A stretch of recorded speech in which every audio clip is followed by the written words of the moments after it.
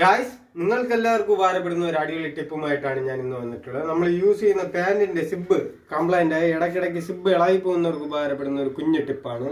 അതിന് വേണ്ടിയിട്ട് ജസ്റ്റ് ഇതേപോലെയുള്ള ചെറിയ ചെറിയ വയർ ടാഗ് എടുത്തതിന് ശേഷം ഈ സിബിന്റെ ഇതിലോട്ട് ചെറുതായിട്ടൊന്ന് കൊരുത്തെടുക്കണം. കൊരുത്തെടുത്തതിന് ശേഷം ഇതേപോലെ ഒന്ന് വെച്ച് സെറ്റ് ചെയ്തെടുക്കണം.